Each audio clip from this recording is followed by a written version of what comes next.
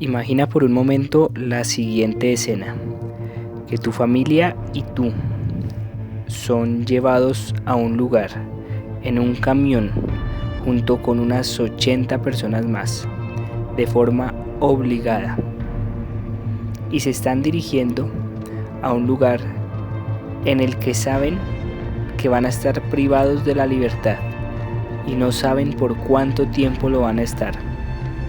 Solo saben que en ese lugar se respira un ambiente de sangre, de odio, hay guerra, y aparte a las personas que van allá las maltratan, las torturan psicológicamente, físicamente, los hacen aguantar hambre, frío. Además de eso, imagina o sigue imaginando en esta escena que cuando llegas a ese lugar te separan de tu familia. Tú no sabes cómo va a estar tu familia en el futuro, ni siquiera sabes si van a estar bien, si van a estar mal. Es más, tú no sabes si vas a salir vivo de ahí o no. Vas a estar en una presión psicológica bastante fuerte, y no solo psicológica sino física. Teniendo en cuenta esto, ¿cuánto tiempo crees que puedes soportar viviendo una situación así? Es más, ¿crees que la podrías soportar? Piénsalo por un momento. La respuesta me imagino que ya la tienes. Igual considero que debe ser una escena difícil de imaginar en la época en la que estamos. Pero créeme que no es una escena que se distancie de la realidad que vivió el personaje o el autor del libro del cual vamos a hablar hoy en esta nueva entrega de Sábado Lector. Y la persona que vivió una escena similar logró sobrevivir. La vivió durante 3 años y se llama Viktor Frankl. Y el nombre del libro es El hombre en busca de sentido, o El hombre en busca del sentido último. El autor es Viktor Frankl. Él vivió durante 3 años una escena similar a la que te acabé de mencionar. A raíz de eso y a raíz de esa experiencia escribió un libro que se titula El hombre en busca de sentido. Primero te voy a dar una breve reseña sobre el autor. ¿Quién es el Dr. Viktor Frankl? Él es un médico especializado en neurología y psiquiatría. Nació en el año 1905 en Austria, específicamente en su capital, en Viena, y murió en 1997, murió de 92 años. Él hizo bastantes estudios relacionados con los temas de psicología, dictó bastantes conferencias y fue profesor de universidades tales como Stanford y la Universidad de Harvard. Escribió muchos libros más aparte de esto, todos relacionados con esa temática de la psicología. ¿Y qué más te puedo decir sobre él? Recibió varios reconocimientos honoríficos por su labor y fue el fundador de una terapia psicológica que se llama logoterapia. Y hablaba mucho también sobre el tema del análisis existencial. En el libro que vamos a tratar hoy, él habla sobre esta disciplina o sobre esta terapia psicológica que él fundó. Entonces ahí vamos a conocer un poquito más sobre este tema. Ahora bien, te voy a mencionar cómo está escrito el libro como para que te vayas llevando una mejor idea y vayas entrando ya en materia. El libro es un relato autobiográfico a manera de ensayo y él lo dividió en 2 partes. La primera parte es donde comenta toda la experiencia que tuvo en esos campos de concentración, en los que estuvo durante esos 3 años. Y la segunda parte habla sobre todo el tema de la logoterapia, entonces da como unos conceptos y explica un poco más en qué consiste esa terapia psicológica. Ya teniendo en cuenta esto y cómo está organizado el libro, empecemos ya con el resumen como tal. Entonces, para tratar esta primera parte, ¿él qué hace? divide esa experiencia en el campo de concentración, la divide como en 3 fases, las cuales son las siguientes. La primera fase es la de internamiento en el campo. La segunda fase la denomina la vida en el campo y la tercera fase es después de la liberación. Pero antes me gustaría ponerte en contexto para que entendamos mejor algunos términos que vamos a hablar durante el transcurso de este resumen. El primero sería decirte que la historia se desenvuelve entre 1942 y 1945. Esos años coinciden con los últimos 3 años de la Segunda Guerra Mundial. Es decir, él vivió toda esa parte final. La Segunda Guerra Mundial se dio debido a ciertos problemas y diferencias entre la mayoría de países del mundo, digamos en la que intervinieron la mayoría de países del mundo, pero básicamente los contendientes eran las potencias del eje. Las potencias del eje eran Alemania, el Imperio de Japón e Italia. Y los países aliados era casi el resto del mundo, que poco a poco se fueron uniendo más. Entonces ahí estaba Polonia, Francia, el Reino Unido y bueno, otros más. Esa guerra duró aproximadamente 6 años o más de 6 años, entre 1939 y 1945. Entonces el doctor Viktor Frankl fue liberado en 1945. Fue cuando Alemania nazi fue derrotada por los países aliados. Alemania nazi, ¿qué se le llama? Es ese periodo en que Alemania fue gobernada por la dictadura o por el partido de los nazis. Ese partido nazi era comandado por o liderado por Adolf Hitler.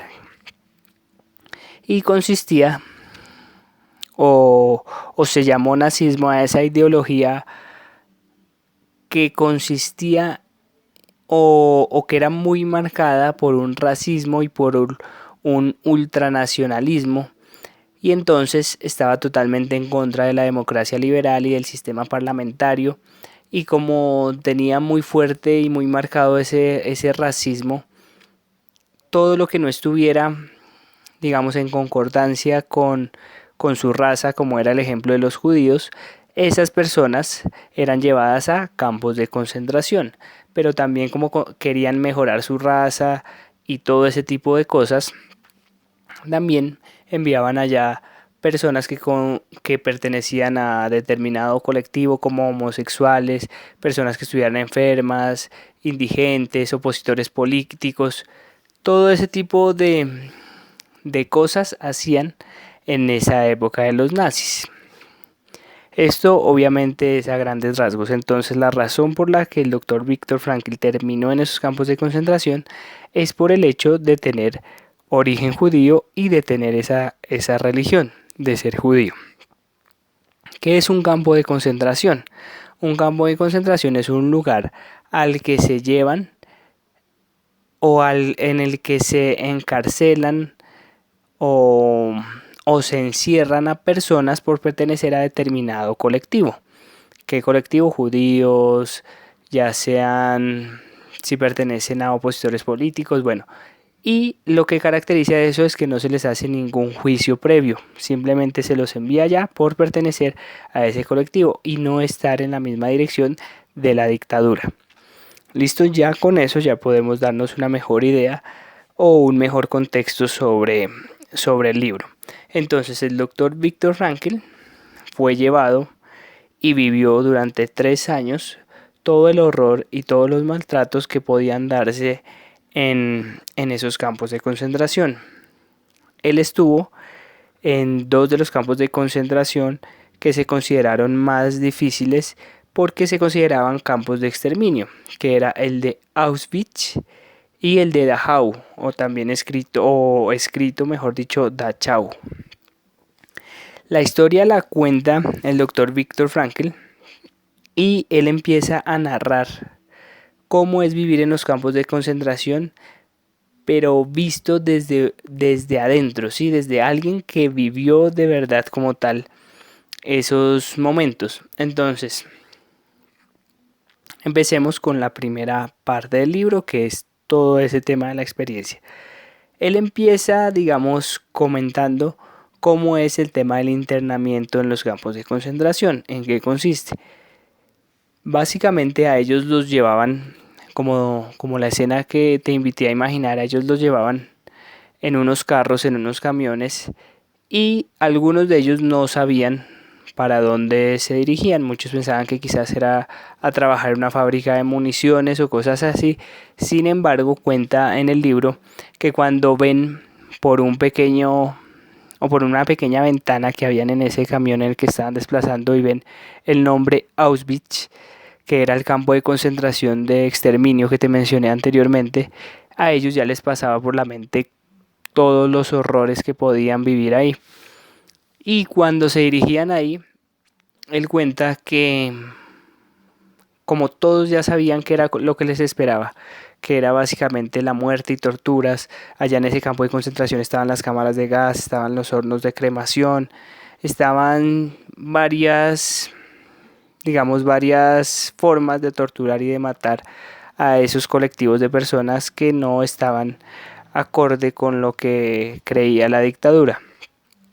Entonces, él cuenta que para evitar ir a todos esos lugares o a esos lugares, el ser humano quizás sacaba lo peor de sí. Entonces ahí, con tal de que no fuera él el que tuviera que ir, o sea, no el doctor Víctor Frankl, sino las personas, los presos, los prisioneros, con tal de salvar su vida, porque en esos momentos a ellos lo único que pasaba por su cabeza era salvar su vida, podían robar, podían usar la fuerza bruta con tal de poner en vez de ellos a otro prisionero, porque simplemente eran unos números más. Entonces se valían de cualquier cosa para poder, digamos, retrasar un poquito ese último momento. Una vez que llegaban a los campos de concentración, el doctor Víctor Frankl cuenta que lo que hacían era dividirlos en dos grupos.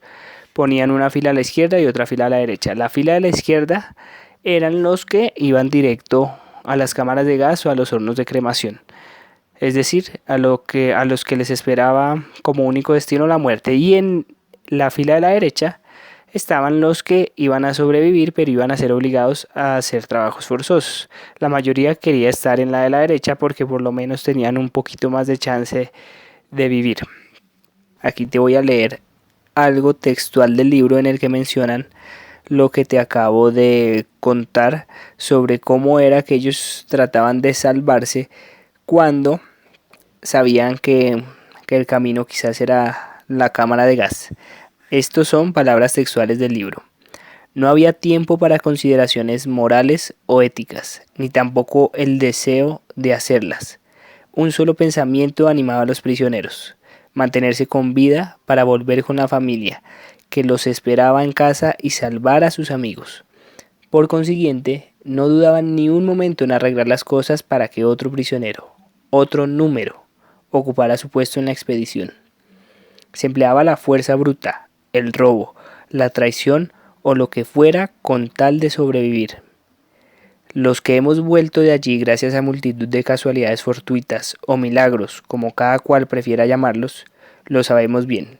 Los mejores de nosotros no regresaron. Bueno, respecto a esta primera fase del internamiento, algo que caracteriza a esas personas es la fase de shock. Entonces, en ese momento, como que muchos de ellos pierden o no están pensando tanto en la muerte, sino que todavía no saben bien qué es lo que está sucediendo con ellos, ¿sí? Entonces ellos sabían que se iban a dirigir o que estaban ya cerca a vivir un horror interminable, pero se sentían como confundidos en esa primera fase. En esa primera fase casi que no sabían bien cómo actuar, a veces incluso les pasaba por la cabeza el tema de suicidarse, porque no le tenían ya miedo a la muerte, simplemente a veces querían como salir de ese infierno en el que iban a ser metidos, y la manera de suicidarse cuál era: tirarse a las cercas de alambre. Sin embargo, habían otros que miraban que no era tan inteligente tomar esa decisión, ya que las probabilidades de sobrevivir en esos campos de concentración no eran muchas. Entonces por lo menos podían esperar un poco más y ver qué tanto podían aguantar. Una vez ya en los campos de concentración, a los prisioneros se les despojaba de todas sus vestiduras, de todas sus ropas, y solo se los dejaba con los zapatos. Incluso cuenta el doctor Viktor Frankl que intentó salvar un manuscrito que tenía sobre todo lo que había hecho durante su vida y estudios que había hecho. Sin embargo, no lo pudo guardar, pero se dio cuenta que a lo único que se enfrentaba, o con lo único que estaba de verdad, era a lo que él llamó una existencia desnuda. Básicamente no tenía nada más, solo un par de zapatos y su propia existencia, estar con él mismo. Entonces ahí él empieza a contar que durante esos momentos en los que son despojados de las vestiduras, empieza a ver como una extraña clase de humor, y de pronto un tanto macabro. A muchos les daba curiosidad saber cuánto podían aguantar desnudos y a la intemperie en esos campos, y a algunos les daba curiosidad o los sorprendía el ver que no habían muerto quizás por una gripa o un resfriado. De ahí él saca como una frase, o comprueba una frase del señor Dostoyevsky, que dice: el hombre es un ser que puede ser utilizado para cualquier cosa. Esto lo dice debido a que, a pesar de tantos tratos inhumanos, y como el tratar de presionar tanto al cuerpo humano, siempre es capaz de soportar casi todas esas adversidades. El cuerpo termina volviéndose muy fuerte y la persona termina volviéndose muy fuerte en esos casos tan extremos. Ellos eran sometidos a actos inhumanos, y el doctor Viktor Frankl afirma en el libro que lo hizo sobrevivir, gracias a que sobrevivió, fue a su fuerza mental. Él todo lo atribuye a la fuerza mental, que era lo que hacía él en esas circunstancias tan difíciles. Él sí se visualizaba dando una conferencia en un auditorio lleno y atento. Los espectadores estaban sentados cómodamente en unas sillas tapizadas mientras él hablaba sobre la psicología en un campo de concentración. Él ya se visualizaba estando en libertad y contando esa experiencia a miles de personas expectantes por conocer cómo había sido esa experiencia tan dura.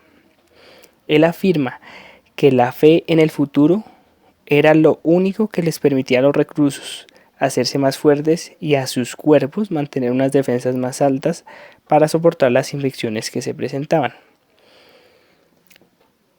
Digamos que ahí él va sacando como ciertas enseñanzas y ciertos aprendizajes sobre la experiencia que vivió. Digamos que esa parte del internamiento en el campo de concentración es lo que te acabo de comentar ahorita. Así se desarrolla un poco. Ahora vamos a pasar a la segunda fase, a la que él llama la vida en el campo.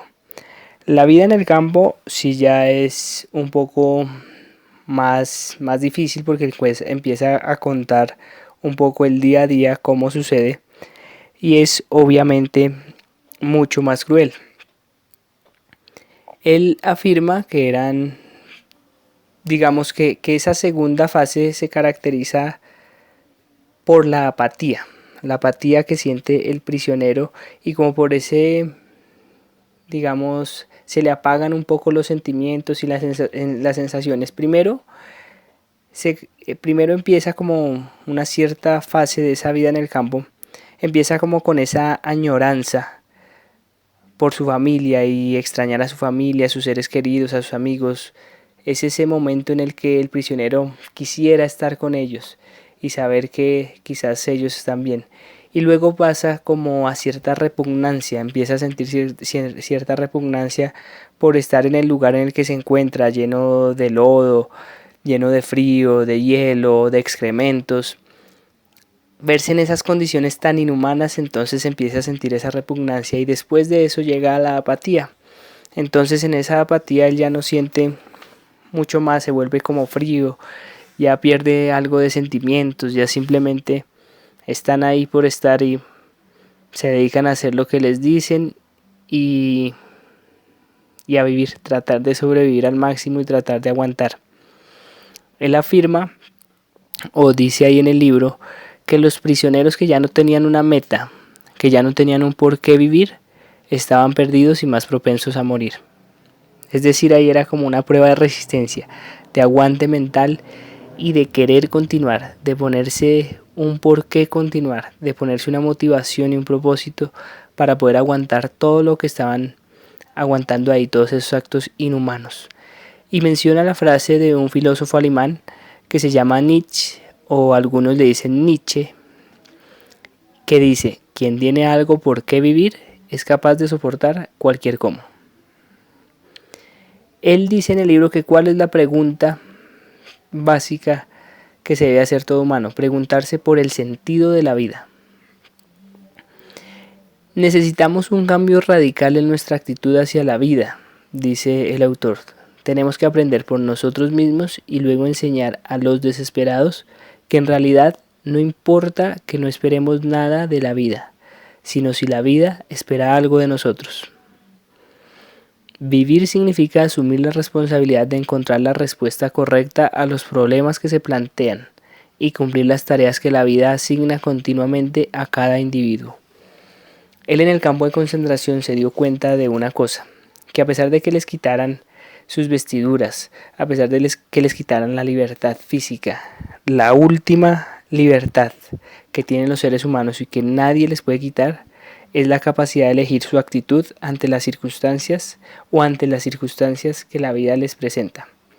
Él afirma que el ser humano, y ahí se fue dando cuenta de eso, es lo que son sus pensamientos. El ser humano puede elegir sus pensamientos, los cuales pueden ayudarlo a soportar situaciones difíciles como las que vivían estos prisioneros en los campos de concentración. Entonces un prisionero estaba más cerca de saber sobrellevar esos maltratos y esas experiencias tan fuertes y tan negativas cuando en vez de negar ese sufrimiento empezaba a aceptarlo y a ver las oportunidades de logro que se ocultaban tras él. Entonces trataba de cambiar como esa perspectiva y esas representaciones que se hacía a sí mismo sobre la experiencia tan fuerte y tan difícil que estaba viviendo. Hay un momento en el libro que él narra una historia en la cual, y que era muy común en esos campos de concentración, cuando llegaban días en que muchos de los prisioneros estaban tan desanimados y tan deprimidos y ya como queriendo dejarse morir, o como decimos a veces, tirar la toalla. Y entonces él dice que en esos momentos tan difíciles una palabra de aliento, una palabra de esperanza podía hacerlos cambiar de actitud y ver quizás esa experiencia con otros ojos. Y la compara con el ejemplo, entonces el ejemplo y la palabra. Obviamente el ejemplo siempre es más efectivo que las palabras, dice, pero a veces una palabra también resulta efectiva cuando la receptividad mental se intensifica con motivo de las circunstancias externas. Entonces, ante circunstancias externas tan deprimentes y ante tantas agresiones y esas circunstancias externas que quizás ellos no podían controlar, la mente se volvía más receptiva a escuchar palabras de aliento, palabras de esperanza. Él dice que la verdadera razón de las muertes en el campo de concentración, sin importar si fueron por enfermedad o por suicidio, como te dije al principio, algunos se suicidaban, no soportaban esa presión mental y esos maltratos. La verdadera razón de las muertes era la pérdida de la esperanza. Cuando ya perdían la esperanza, era cuando ya estaban más cerca de morir. Él dice que se debe tener, digamos, en esos momentos difíciles, ver la imagen, o siempre hay que tener presente que alguien nos está observando. Y si alguien nos observa, no podemos quedarle mal a esa persona. Esa persona puede ser un amigo, puede ser la esposa viva, o puede ser que esté muerta, puede ser Dios que nos está observando. Y esa persona no quiere que lo decepcionemos. Y al tener en mente ese pensamiento, es cuando tratamos de soportar más y tratamos de luchar mucho más.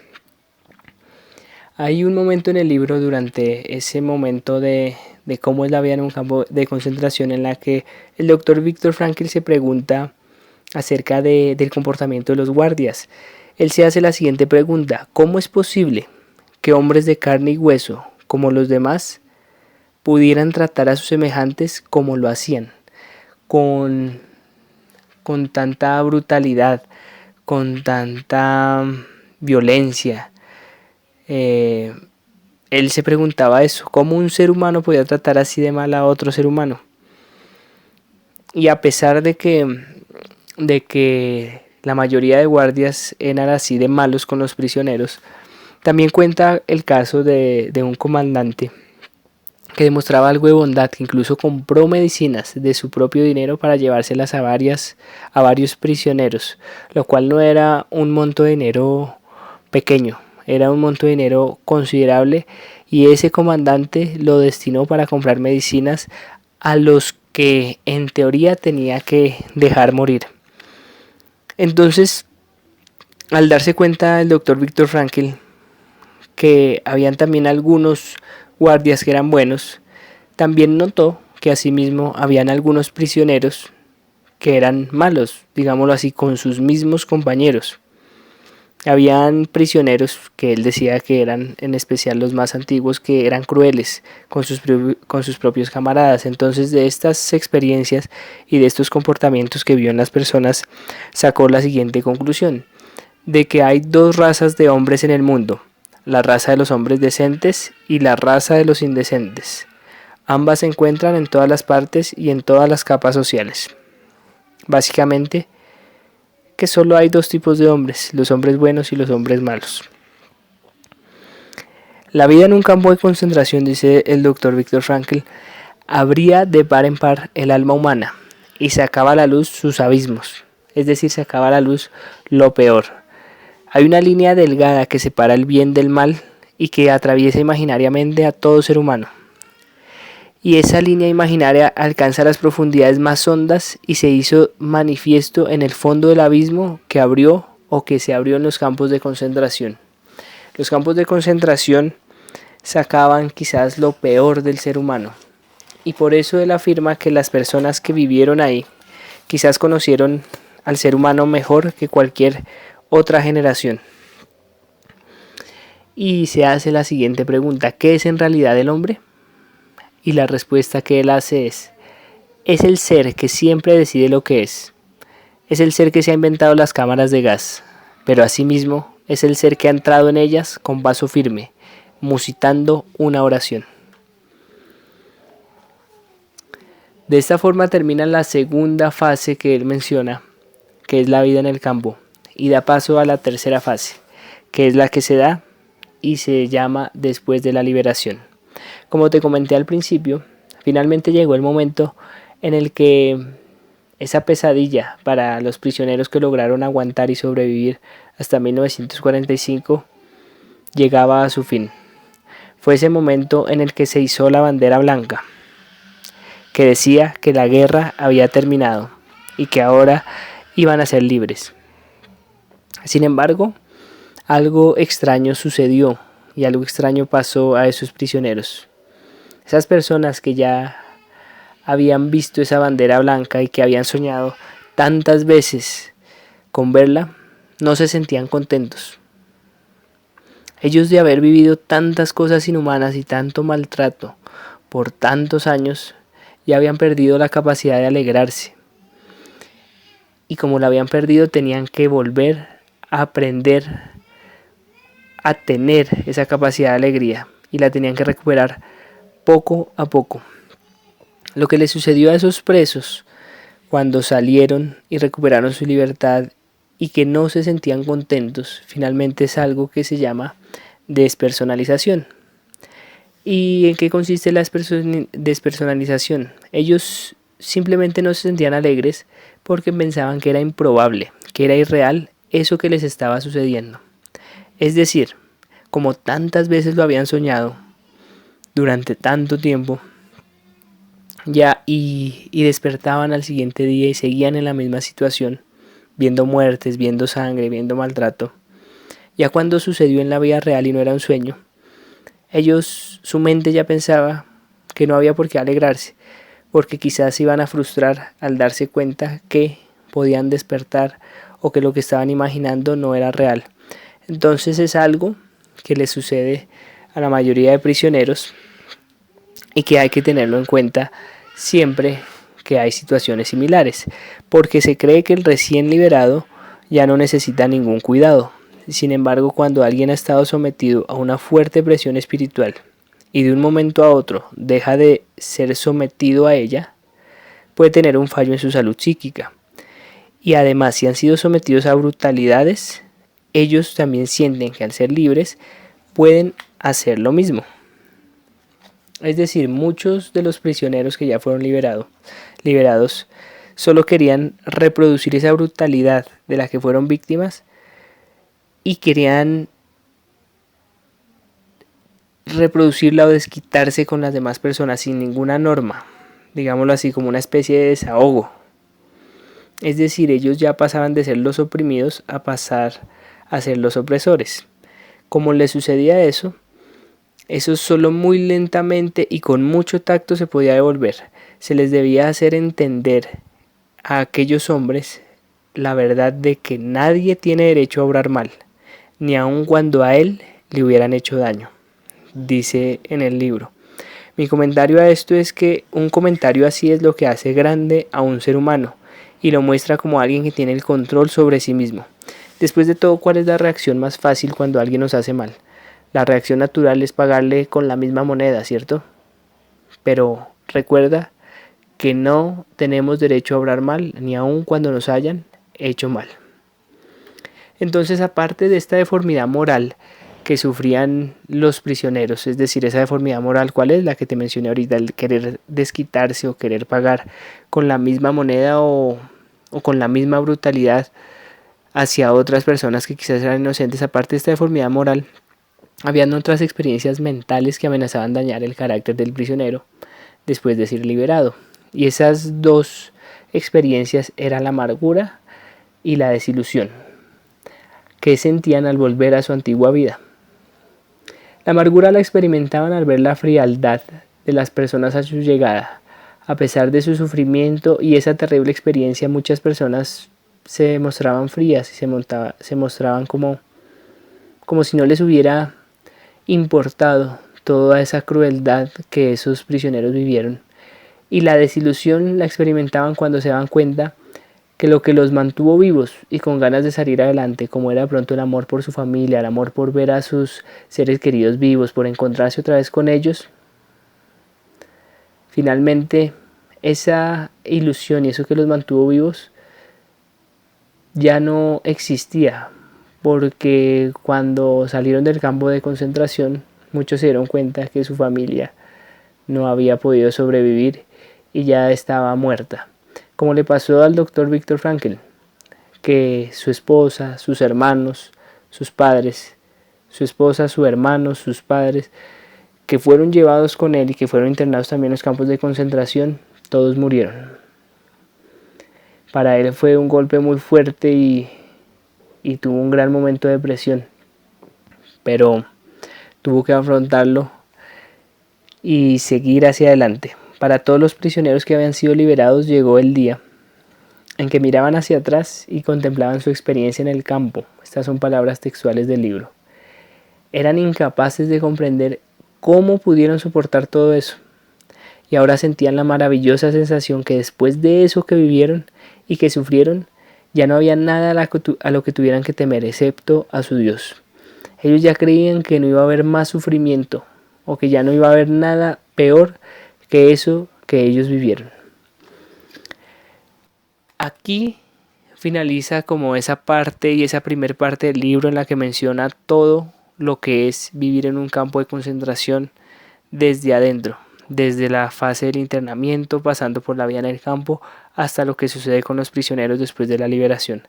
A partir de aquí ya entra la segunda parte del libro, que es la que te mencioné al principio, en la cual empieza a tratar temas relacionados con la terapia psicológica que él fundó a la cual denominó logoterapia.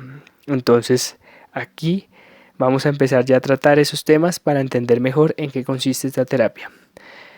Espero que hasta aquí vayas disfrutando el libro y te haya puesto a pensar en varias cosas de las cuales hemos hablado y de lo fuerte que es el ser humano, pero lo importante que es ponerse un propósito en la vida y que eso es lo que nos ayuda a soportar dificultades y adversidades que se nos presentan día a día.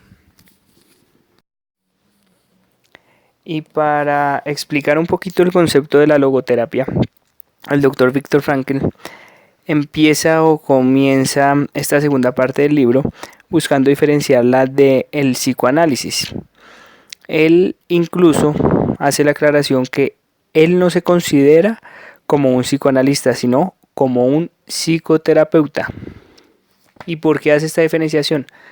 Porque para él, o no para él, sino él afirma que en el psicoanálisis se busca que el paciente diga cosas que son difíciles de decir, a diferencia de la logoterapia, que hace que el paciente escuche cosas que quizás son difíciles de escuchar, como por ejemplo, ¿cuáles? Aquí mientras te estoy diciendo esto, me hace acordar de una anécdota una historia que se cuenta alrededor de Viktor Frankl, que dice que un paciente llegó con ganas de suicidarse y le dijo que se quería suicidar, a lo que él le respondió que sí, que no hay problema, que se suicidara.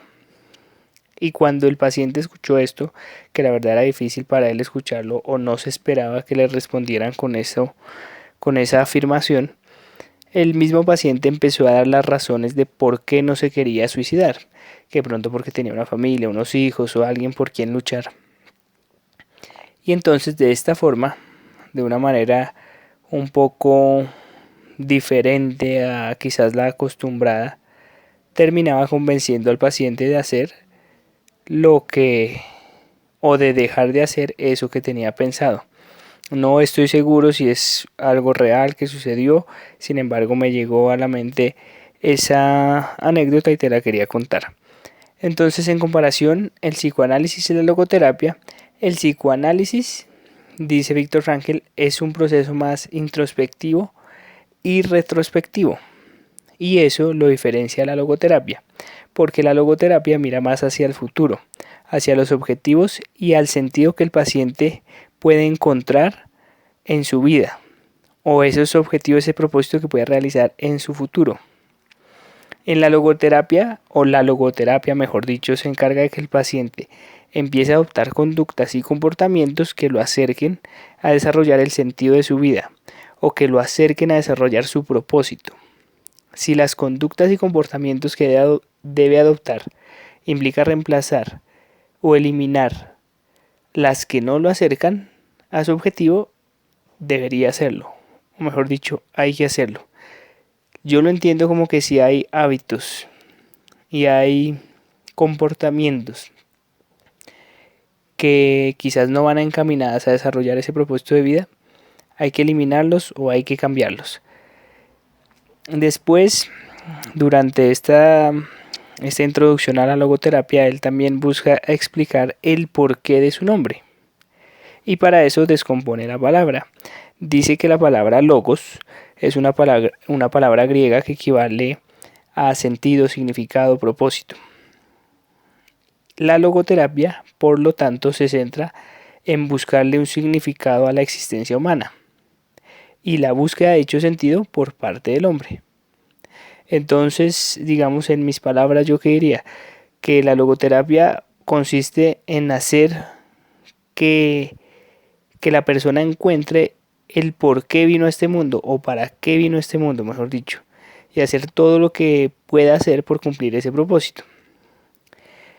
Para la logoterapia, dice el doctor Viktor Frankl, la primera fuerza motivante o el principal motivador del hombre es la lucha por encontrar un sentido a su existencia, por encontrar un sentido a su propia vida. Y por esta razón, Viktor llama a esta voluntad la voluntad de sentido, lo cual la diferencia de otras teorías psicológicas en esos tiempos, como la de Freud, que decía que lo que motivaba principalmente al hombre era el placer, y la llamó voluntad de placer, y también la diferenciaba de la teoría de Adler, que afirmaba que la principal o el principal motivador de los hombres era el poder. Lo llamó voluntad de poder. Para resumir y no confundirnos un poco, logoterapia afirma que la motivación principal es la búsqueda del sentido a su existencia y se llama voluntad de sentido. Entonces el sentido de la vida es único y específico, por tanto, cada persona debe encontrarlo.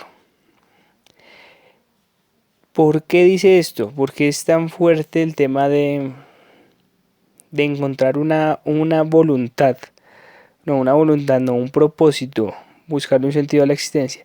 Él dice que el hombre es capaz incluso de morir por sus propios ideales y principios.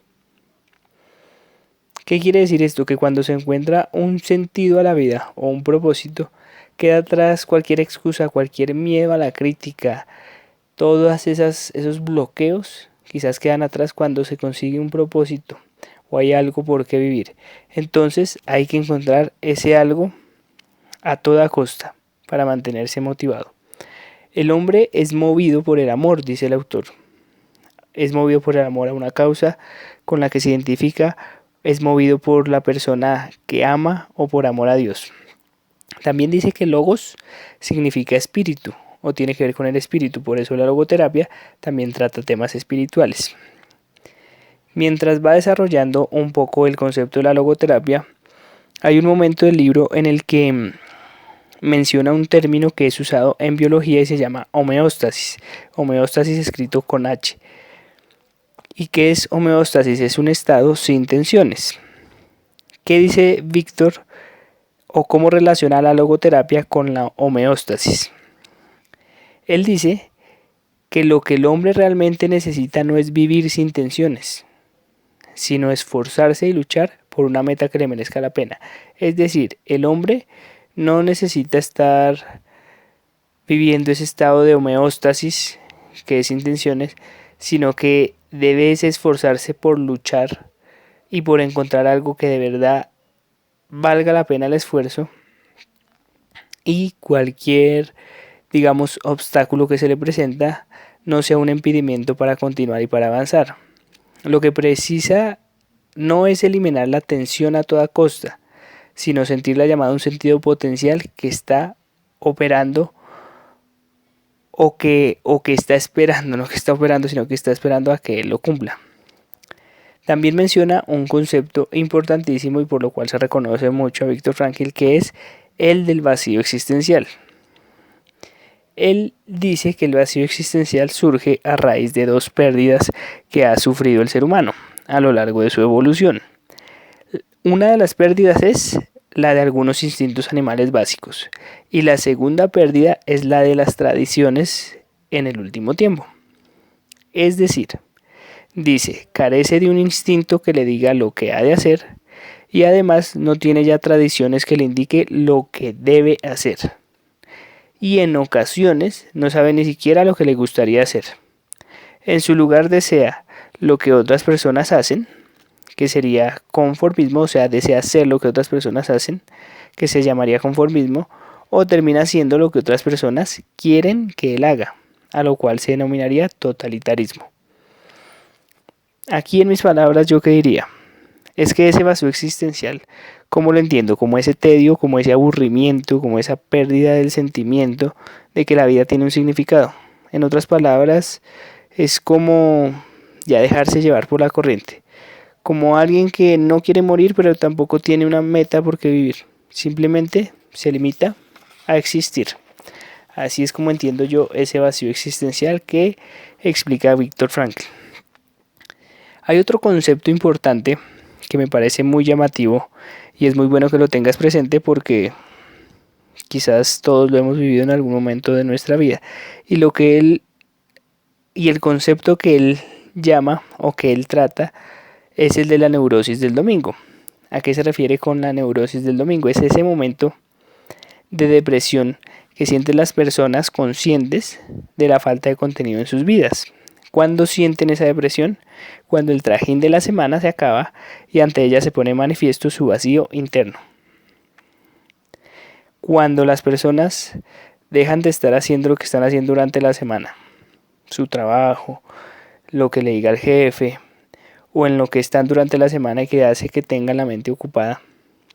Pero cuando llega ese domingo, en el que ya casi que están con ellos mismos y se encuentran ante su soledad, termina a veces sintiéndose vacíos internamente, y es cuando aparecen algunos comportamientos negativos como el alcoholismo y la delincuencia, dice el autor. Esas dos cosas son consecuencias de tener un vacío interno. También afirma que esta depresión o esta neurosis del domingo la sienten los jubilados y las personas de edad. ¿Por qué?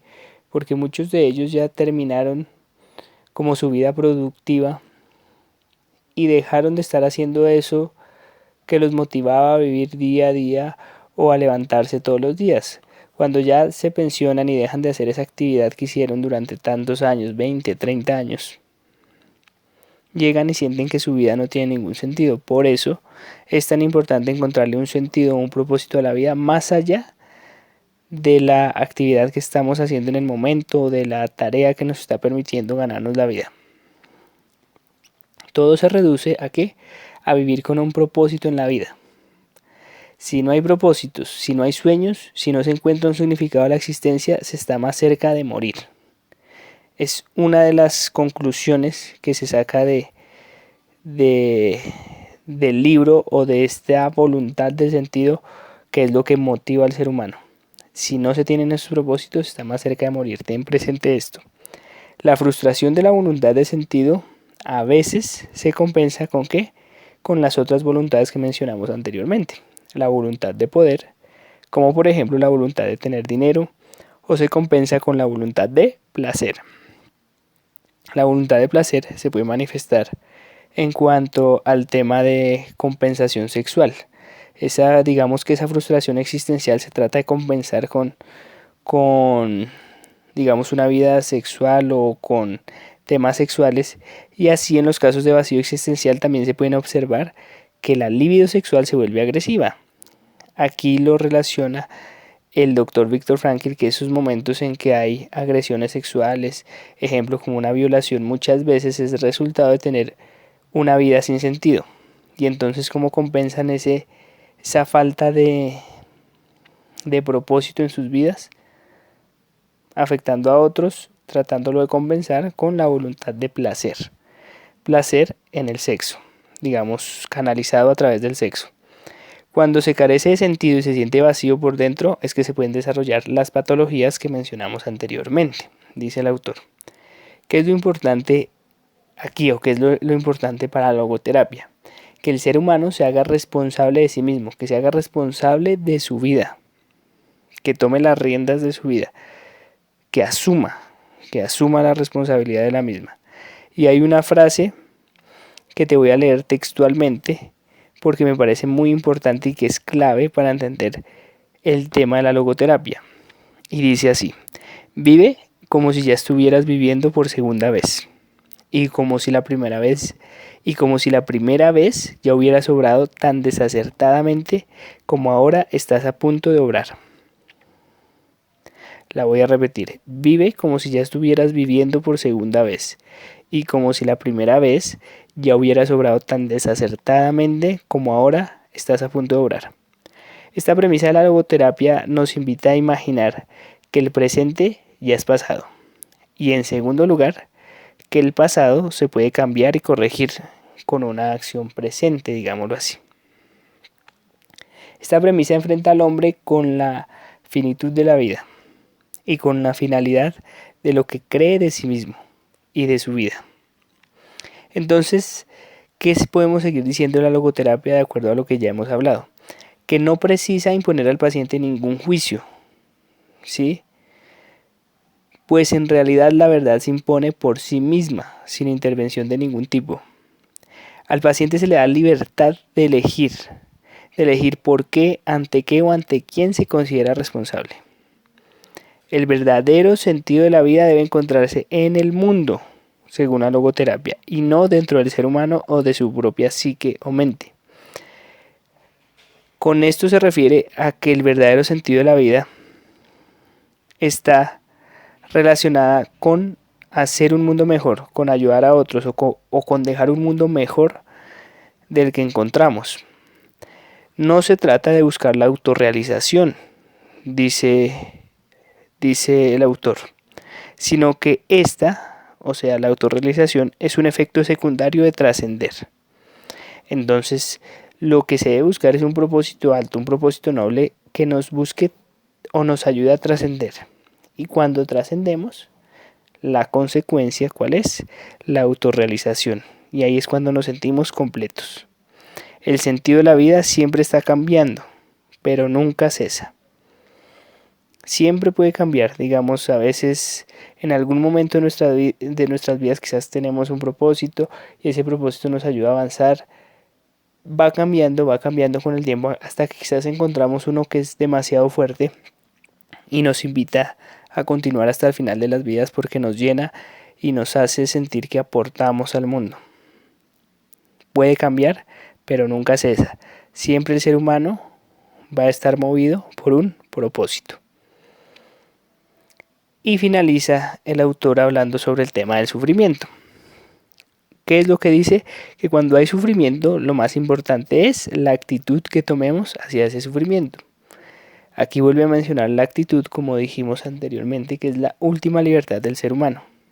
Elegir esa actitud ante las circunstancias que se le presentan. Si a la vida se le encuentra un sentido, el sufrimiento se puede ver quizás o se puede interpretar como un sacrificio. Al verlo como un sacrificio, quizás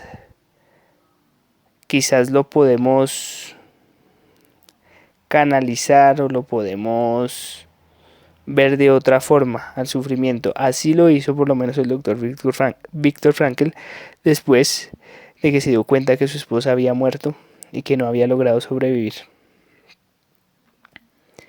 Ya con esto finalizamos este resumen. Esta vez quedó un poco más largo que los anteriores, pero como siempre te he dicho, la idea no es hacer un análisis ni la idea no es tampoco sacar las ideas principales, sino que a mí lo que me interesa con estos resúmenes es que tú te lleves el contenido o la mayor parte del contenido del libro, para que si de pronto lo quieres leer más adelante, lo hagas, o si de pronto no tienes el tiempo para hacerlo, con esto te logres llevar una mejor idea. Y por último dejo mi reflexión sobre el tema. Mi reflexión es que debemos encontrar ese propósito, como dice el autor. Debemos encontrar ese algo, esa meta noble, eso que nos invite a levantarnos todos los días de la cama a hacer algo.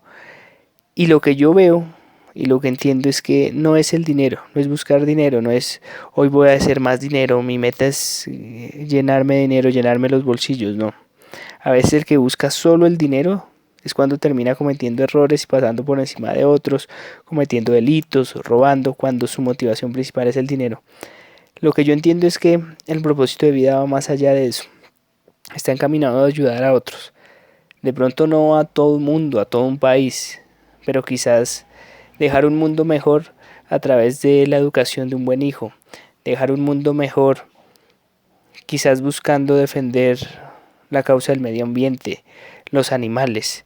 Eso es un propósito que quizás nos invite a levantarnos todos los días. Quizás muchos de ellos terminen o no tengan que ver con el dinero. Otros quizás sin buscarlo termine dando como consecuencia dinero. Pero la principal idea que sacaría es que ese propósito va mucho más allá. Eso es algo que nos mueve más allá y que nos ayuda a soportar cualquier dificultad, cualquier contratiempo que puede ser tan fuerte como los que soportaron estos prisioneros en los campos de concentración, que quizás son sufrimientos que ninguno de nosotros en ningún momento los vamos a vivir.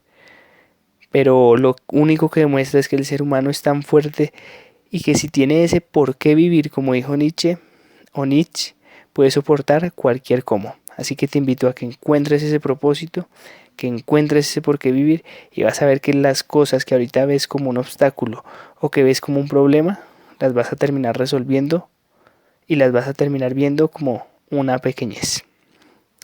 No siendo más, hasta aquí dejamos este resumen. Espero te haya servido, te haya gustado. Si te gustó, simplemente compártelo, dale me gusta o navega por el canal. Hay más videos que tenemos que te pueden ayudar, hay más audios, otros resúmenes de libros. La idea acá es aportar algo de valor y espero te sirva. Te habló Camilo Jugar. Lidera tu vivir, te mando un fuerte abrazo y nos escuchamos en un próximo audio o nos vemos en un próximo video. Chao.